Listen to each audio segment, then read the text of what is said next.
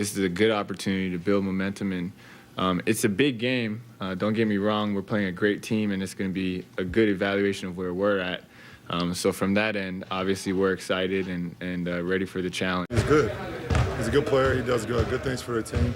They was looking for a point guard, and they found one, so he's winning ball games. I don't really have an opinion of, I guess, the Lin sanity thing. The Miami Heat stifled Jeremy Lin Thursday. He melted, and the Knicks got burned. In their final stop before the All-Star break, the Knicks found out they still have some work to do if they're going to contend with the elite teams in the NBA. The Heat are the elite team in the East. They started Thursday on a 7-game win streak, 14-2 at home for the season. President Obama was actually in Miami earlier on Thursday, said he couldn't stay for the game, but he would be watching it on Air Force One. Let's check it out together. Lin struggled in the first half. Mario Chalmers takes that and throws it down. 8 turnovers for Lin in the game. Second quarter, Norris Cole rips him, dunks it, and, well, didn't exactly stick the landing. Got the bucket, though, and you know what? He got right up and just kept rolling. The Heat down 2 later, Heat on the break. LeBron James misses, and Dwayne Wade sort of looked like Blake Griffin there. Just dunking over everybody. 22 points for Wade. The Heat up 39-38, and their defense has been a big part of that winning streak. Chalmers able to poke the ball loose from Lin again. And the Heat don't just force turnovers. They take turnovers and turn them into points. James with a big finish. He nearly messed around and got a triple-double. 20 points, 9 rebounds, and 8 assists for James. And then Wade, the steal from Amari Stoudemire. He'd had 11 steals in the first half. They had a 4-point lead at the half. Really a great atmosphere there in South Florida. Jeremy Lin has had some games to remember the last few weeks. Now he's got one to forget. Third quarter, he drives. Joel Anthony's waiting for him.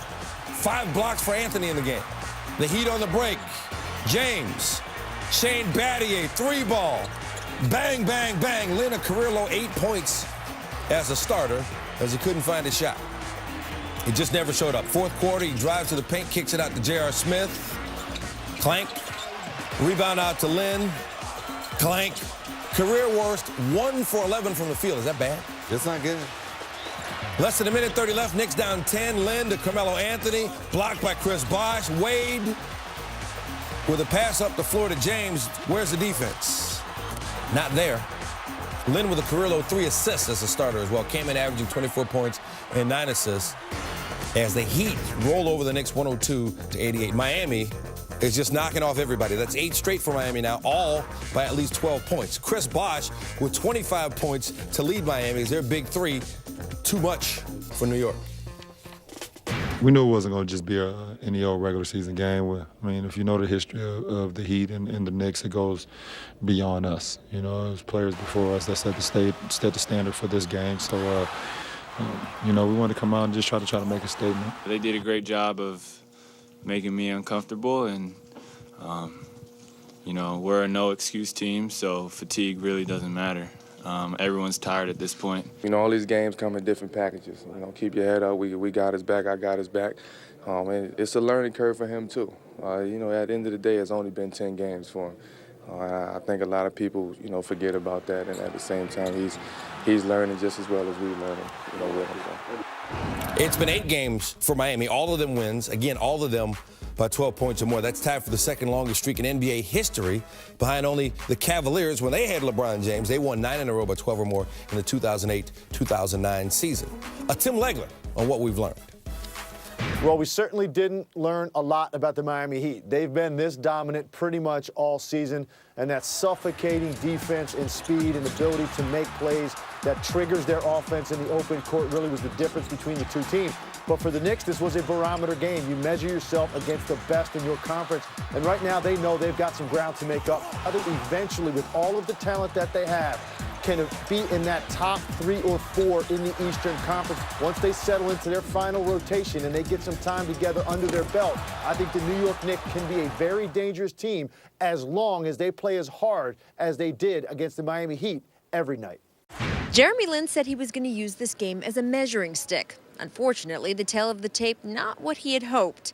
The Heat are just obliterating people right now. They've won 8 games in a row, all by double digits, and they turned their defensive focus on Lin Thursday, clogging his passing lanes, applying a ton of pressure from their own point guards, and giving him a little education on NBA ball at the most elite level. You can't win them all, and you can't have a great game every game, but at the same time, I need to understand, okay, what did I do wrong? How can I improve? Obviously, as a point guard and the leader on the floor, you know, having the ball in my hands, I have to make sure that I'm learning. Just seeing him over there, you know, seeing him a little bit down, a little bit, head was down, so, you know, we all went over to him and, you know, cheer up, man.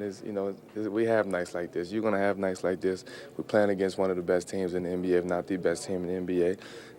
You know, and they really focused in on, you know, trying to stop you tonight. And, you know, you're on the scouting report now, so that. It's hard to be Peter Pan every day, you know, so I just had an off day. And he'll go back at it. He's not daunted at all, and you can ask him, but we'll have this break, and then he'll be attacking on next Wednesday. Both Chris Bosh and Dwayne Wade told me that watching the media hype around Jeremy Lin in the last week or so, they've gotten a real appreciation for how the rest of the league felt watching all the fervor over them last season. Bosh said seeing Lin every hour or so on his TV has been, quote, overbearing, and he can see how other teams felt slighted last year. Wade said, I like the kid, but after a while, I can only take so much, noting that at some point he just started switching the channel away from sports programming.